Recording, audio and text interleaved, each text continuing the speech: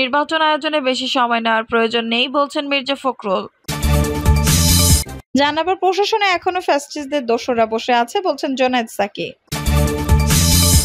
এদিকে ভারতের মদতপুষ্ট কোনো দলকে দেশের মানুষ ক্ষমতায় আনবে না বলছেন আবু হানিফ। জানিয়ে দিব, গণহত্যাকারীদের রাজনীতি করার কোনো অধিকার নেই বলছেন জামায়াত আমির। যত দ্রুত নির্বাচন ততই দেশের মঙ্গল বলছেন মির্জা ফখরুল।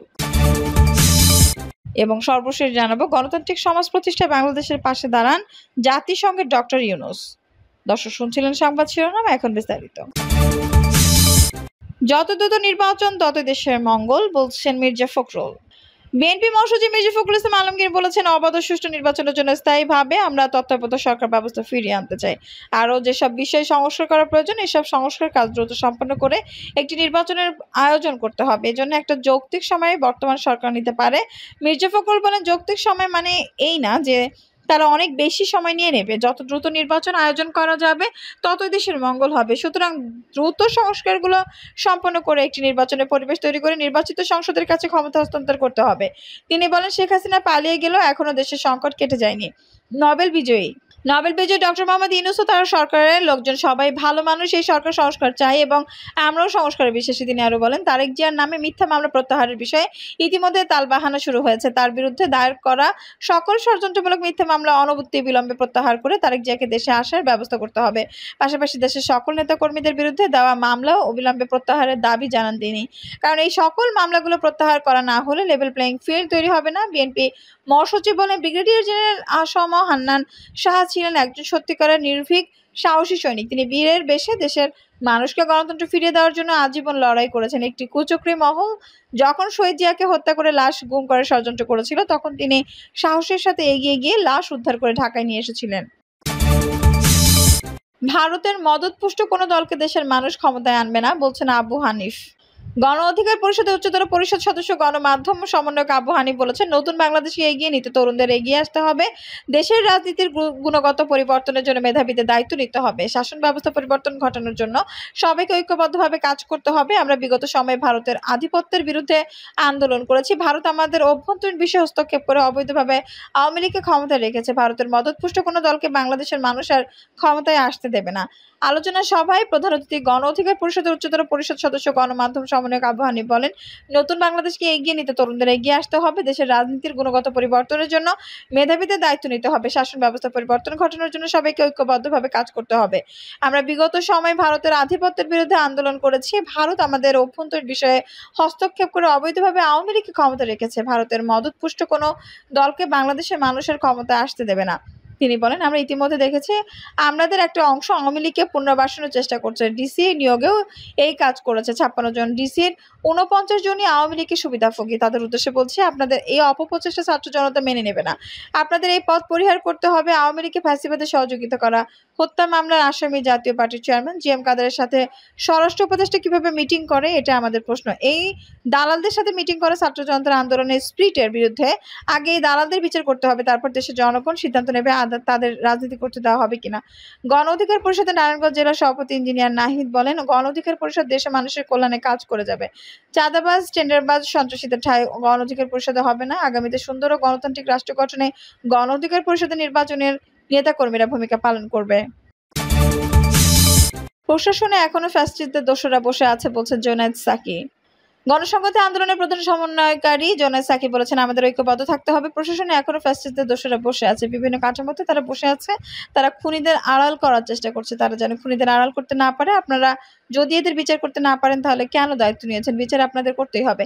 এটাই বাংলাদেশের মানুষের আকাঙ্ক্ষা। সাকি বলেন, আমরা বিশ্বাস করি এই সরকার শহীদদের তালিকা প্রকাশ করবে। একজন শহীদের তালিকাও যেন বাদ না যায়। দল হিসেবে আমরা চেষ্টা করছি। আমাদের সীমাবদ্ধতা রয়েছে, কিন্তু সরকারের সক্ষমতা আছে এই শহীদদের শুধুমাত্র নাম নয়, 1 কোটি সম্ভাবনায় জীবন। কি নিদারুণ যন্ত্রণা ভোগ করছে এই ছেলেরা। অন্তত 500 যুবক চোখ হারিয়েছে, অনেককে পঙ্গুত্ব বরণ করেছে। তাদের জীবনের নিরাপত্তা নিয়ে যেন ভাবতে না হয় সেভাবে সরকারকে ব্যবস্থা নিতে হবে। তিনি বলেন, আমাদের সকলের দায়িত্ব আছে। তবে সরকারকে বলবো, দ্রুততম সময়ের মধ্যে এই তালিকা প্রস্তুত করুন। নতুন বাংলাদেশের দিকে যাত্রা ন্যায়ের উপর দাঁড়িয়ে হবে। কোনো শহীদ পরিবারকে যেন বলতে না হয় আমরা বিচার পেলাম না। এই সকল হত্যা দোষর ও নির্দেশনতার নির্দেশদাতারা কোথায় গেল? আমরা শুনতে পারছি তারা পালিয়ে গেছে। এখনো পালিয়ে যাচ্ছে। তারা কিভাবে আইনের মুখোমুখি না হয়ে পালিয়ে যাচ্ছে, সরকারকে তার জবাব দিতে হবে। আমরা তাদের বিচারের মুখোমুখি দেখতে চাই। সংবিধানের সমস্ত ক্ষমতা এক ব্যক্তির সাথে কেন্দ্রীভূত। যারাই ক্ষমতায় গেছে তাদের জমিদারের মতো দেশ চালানোর ক্ষমতা দেয়া হয়েছে।